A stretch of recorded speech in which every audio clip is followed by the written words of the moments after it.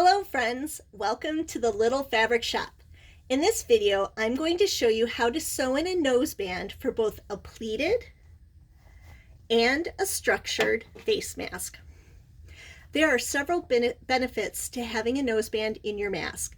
The mask fits tighter on the face, it prevents glasses from fogging, it also reduces the mask from shifting on your face, and finally, a sewn-in noseband will allow this metal piece to stay in place when you wash your face mask. For this project, you're going to need the following supplies. A sewn face mask with the wrong side out, just prior to turning to the right side. There are pattern links below to both a pleated and a structured face mask patterns. You'll need wire noseband strips, and you can check out a link below to purchase these as well. Straight pins, a fabric marker such as the Frixion erasable pen, a ruler, a pointy tool, and your sewing machine. We're going to begin with the pleated face mask.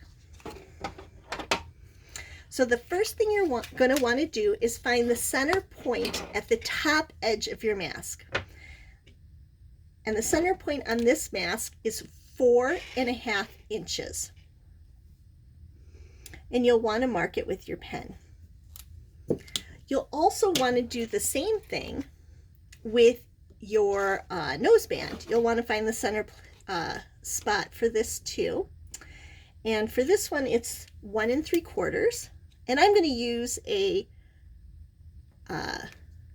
Sharpie so that my lines stand out a little better on film. And then what we're going to do is we're going to take this strip and peel it from the paper and place it just below the seam line, lining up the 2 center guide marks. And then we're going to just finger press it into place. Just like that. And then you're going to want to carefully turn your face mask from the wrong side to the right side, and just make sure you're not twisting or turning or bending the noseband in the process.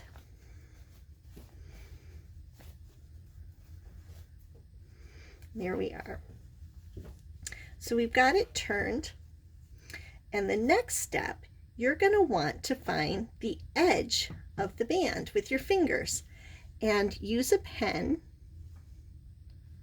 I should say, to mark the space just on the other side where the band ends. And we'll do the same thing on this side.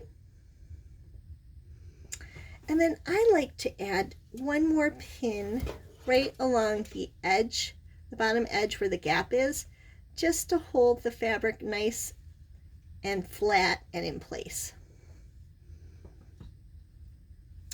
And then we'll take our mask over to the sewing machine. And I use an 1/8 inch seam allowance, and I do a forward and backward stitch at the beginning and the end of the seams, and a 3.5 stitch length. And so I'm going to sew right till this pin. When I reach the pin, I'll take it out and I will turn the fabric. And then I'll go about 2 stitches down and turn the fabric again. And I'm going to sew all the way to the next pin. And then I'll take that pin out, I'll turn it, a couple stitches back up, and I'll do a turn here, and then I'm going to sew along the remaining edge of the fabric with about 1/8 inch seam allowance, just like I would when I would normally complete this type of face mask.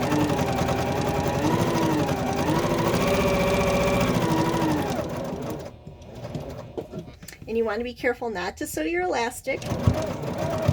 And now we're going to head in. To finish this off, I'll do a forward and a backward stitch. And that's it. we have sewn in the noseband. And this is a reversible mask, so you can wear it on either side. So for the next mask, which is our structured mask, it's a very similar process. We do not need to mark the center point because we're going to use the seam that's at the center of a structured mask as our guide, but we'll still have to mark the center point for our metal piece, which again is 1 3/4 of an inch. And I'm using my Sharpie there to mark it. And so with this mask, I'll peel it off from the paper, the metal band. Oops, I hit the camera there, sorry. And then we're going to line it up with the seam, and we'll actually bend this a little to help it take its shape and stay in place, because this is a fitted structured mask and not flat. And we'll go through the same thing again. We'll actually pull this through. It's a little bit trickier with the pleated mask, or I mean a structured mask, because the gap is a little smaller. So just try your best not to bend the band as you go. See, it's coming off a little, but that's okay. I'll give it a little finger press. We can get it. The hardest part is over, turning the mask. See, not so bad. And then let me pull out this elastic really quick. And then we'll do the exact same thing again. We're going to find the edges of the band with our fingers, and we'll mark just on the outside of them with our pin. And the same over here. And we'll do the same technique sewing along the entire edge of this mask. I'm just going to sew the top end to show you again how to do this, but we're using 1/8 of an inch seam allowance. We're going to do a forward and backward stitch at the beginning and end of the seam. We'll sew until we reach the pin. I'll pull the pin out. With the needle down, I'll turn the fabric, sew a couple stitches down, and then I will sew back to the pin. And then when I reach the pin again, I will do another turn and continue to sew the remainder of this mask around the entire edge. So once again, this is how it looks in the end with the noseband in place. And that's it. Just a few simple steps to sew a noseband into your masks. Thank you for watching our tutorial on how to sew in a noseband into your face mask, and have a great day.